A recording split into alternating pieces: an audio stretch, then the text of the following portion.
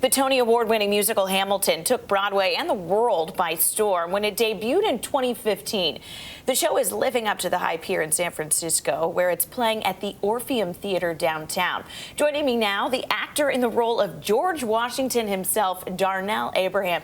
And Darnell, first off, you are California born and bred, so what's it like being here, being able to perform? Oh gosh, it is so good to be back home. I mean, I love my state. I mean, my wife and I, we've been living in New York for about 10 years now, but there's no place like home. Call me Dorothy. And it's the same time zone as your own family, which my family's on the East Coast, so I can empathize with that. You don't have to be like, what time is it there when you're calling them in? Have they been able to come see you? They have, yeah. And what's their take?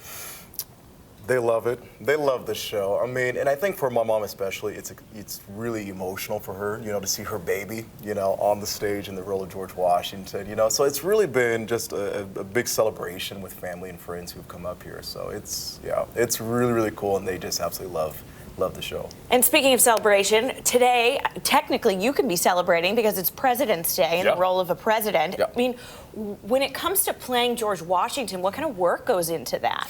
You know, well, there's a lot of reading, obviously starting with the script, you know, because I want to make sure that I'm telling the story that the creatives have created.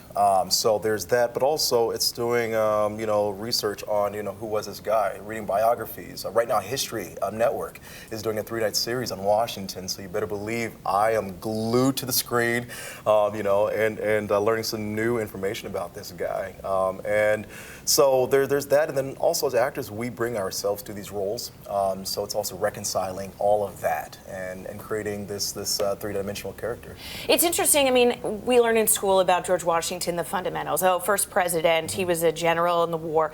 But was there anything you learned about him, either as a president and or as a man, that surprised you in your research? You know, he had insecurities.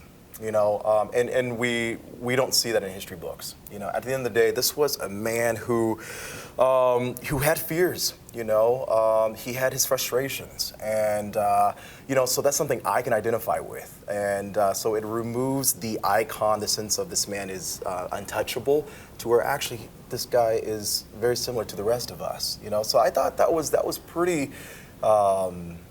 That was a pretty important, you know, connection and realization that I made. And George Washington's birthday coming up on Friday, so happy early birthday to you. You know, I mean, I'm only like, you know, 200-something years old, you know. Looking good. Looking good. Those teeth don't look wood. So when it comes to, you know, a national holiday for President's Day, I feel like some people are just like, whatever, it's not a big deal. But with all of the research that you've done and the depth of knowledge that you now have, do you have a newfound respect? 100%, 100%. You know, I mean, I believe, look, freedom is not free. It isn't free. It was paid with a price. It is still being paid, you know, with a price today. You know, God bless our military men and women, you know, who are serving this country, and they are one but many, you know, individuals who are making sacrifices every single day so that way we can live in a country that allows us to live out our religious freedoms, our freedom of speech. I mean, the list goes on and on and on. So there is a newfound respect and admiration, you know, with playing the role and looking at President's Day as not just a day, you know, that we've got off, right? That we have off for us, of work, right? Here we are, you know, or you know, from school. But really, it's what a gift that they left, a legacy that they've left all of us and have entrusted us with to carry on. So so there's certainly a newfound respect and admiration for the work that these guys do.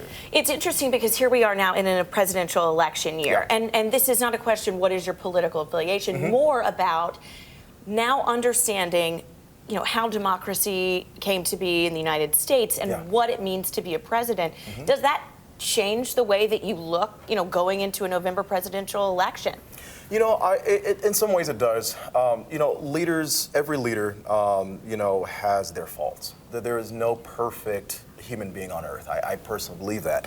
But I do believe it's important for leaders to surround themselves around people that, you know, that will help complement those weak areas. You know, so I think Personally, much respect to our candidates, who are running the race, who are putting themselves out there. Yeah, it's not an easy job. It's not an easy job. It really is not an easy job. You know what I mean? So, but once again, that's one of the beautiful things about living in this country, where we as the people have the power to vote according to our values, our ideals, and see which candidate best aligns, with those ideas and those values. And it's beautiful because I think that's what really Hamilton does, is it drives home to a different generation, a different audience. Yeah.